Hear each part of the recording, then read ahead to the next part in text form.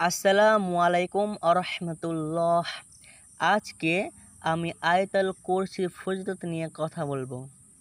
পবিত্র কোরআন কারিমে দ্বিতীয় সূরা বাকারার 255 নম্বর আয়াত আয়াতুল কুরসি নামে পরিচিত।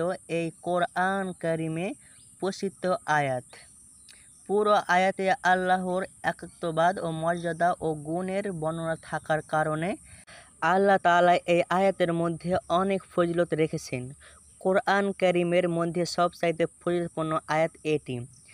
হাদিসে বর্ণিত রয়েছে, রাসূল সাল্লাল্লাহু আলাইহি ওয়াসাল্লাম বলেছেন, যে ব্যক্তি প্রত্যেক ফরজ নামাজের পর আয়াতুল কুরসি পাঠ করবে তার জান্নাতে প্রবেশের মৃত্যু ছাড়া আর কোনো উন্নতরায় থাকে না।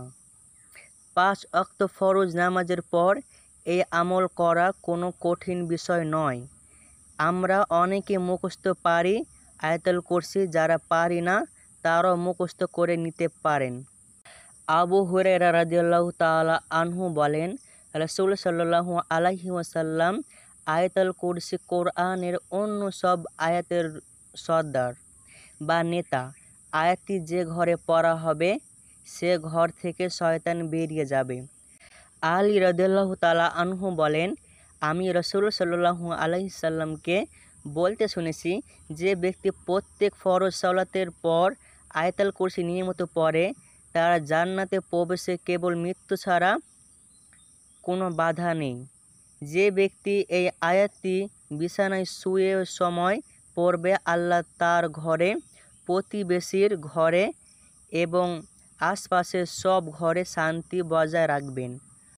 সুতরাং মুমিন মুসলমানের উচিত হাদিসে নির্দেশনা অনুযায়ী আয়াতুল কুরসি নিয়মিত আমল করা।